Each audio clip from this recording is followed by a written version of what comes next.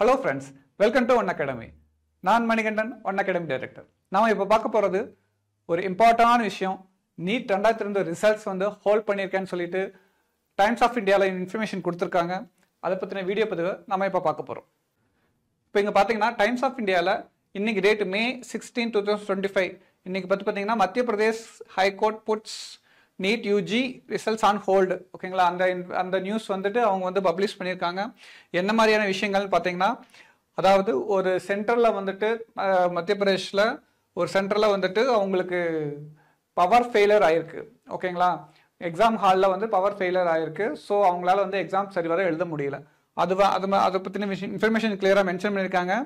அந்த பெட்டிஷனர் வந்து கோர்ட்டுக்கு போயிருக்காங்க. ஓகேங்க, அந்த எந்த ஸ்டூடெண்ட்ஸ் இருக்காங்களோ ஃபெயிலியர் ஆனாலும் எக்ஸாம் ப்ராப்பராக எழுத முடியலையோ அந்த ஸ்டூடெண்ட்ஸ் வந்து ஹைகோர்ட்டில் வந்துட்டு மத்திய பிரதேஷ் ஹைகோர்ட்டில் வந்துட்டு அப்ளை பண்ணியிருக்காங்க.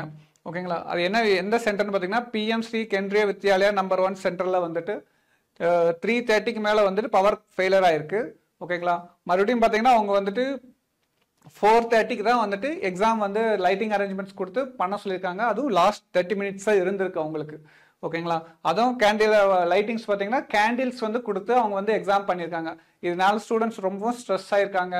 அவங்களால வந்து சரி வர எக்ஸாம் ப்ராப்பராகவே பண்ண முடியாத போயிடுச்சு.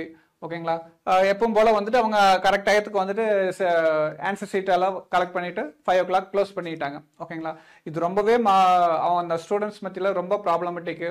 ஓகேங்களா, அதனால வந்து அந்த ஸ்டூடெண்ட்ஸோட பேரண்ட்ஸ் வந்துட்டு பெட்டிஷனர் வந்துட்டு அவங்க வந்து ஹைகோர்ட்டில் மத்திய பிரதேஷ் ஹைகோர்ட்டில் வந்து அப்ளை பண்ணியிருக்காங்க.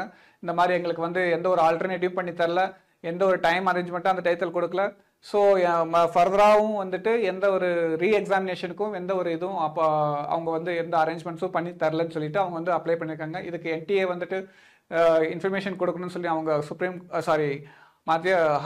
மத்திய பிரதேச ஹைகோர்ட் வந்து சொல்லியிருக்கு. பட் NTAலேருந்து யாருமே ஆஜராகாதனால வந்து ரிசல்ட்ஸ் வந்து ஹோல்ட் பண்ணிட்டாங்க. ஓகேங்களா, 4 weeks அப்புறம் வந்துட்டு அந்த மறுபடியும் வந்துட்டு ஹியரிங் சொல்லியிருக்காங்க. ஸோ இந்த கால அளவுக்குள்ளார அடுத்தது NTA வந்துட்டு என்ன அப்ரோச் என்ன ஸ்டெப் எடுக்கிறாங்க அப்படிங்கிறத பொறுத்து தான் வந்து நமக்கு அடுத்த சுச்சுவேஷன் எப்படி இருக்குன்னு நமக்கு தெரியும். ஸோ என்ன நடக்குங்கிறது நம்ம பொறுத்திருந்து பார்க்கலாம். ஓகேங்களா, எந்த ஒரு இன்ஃபர்மேஷனாலும் உங்களுக்கு உடனுக்குடன் நம்ம வந்து உங்களுக்கு அப்டேட் பண்ணுவோம். ஸோ ஒன் அகாடமி யூடியூப் சேனலை தொடர்ந்து பார்த்துட்டு வாங்க. ஸோ ஓகேங்களா, சப்ஸ்கிரைப் பண்ணிக்கோங்க.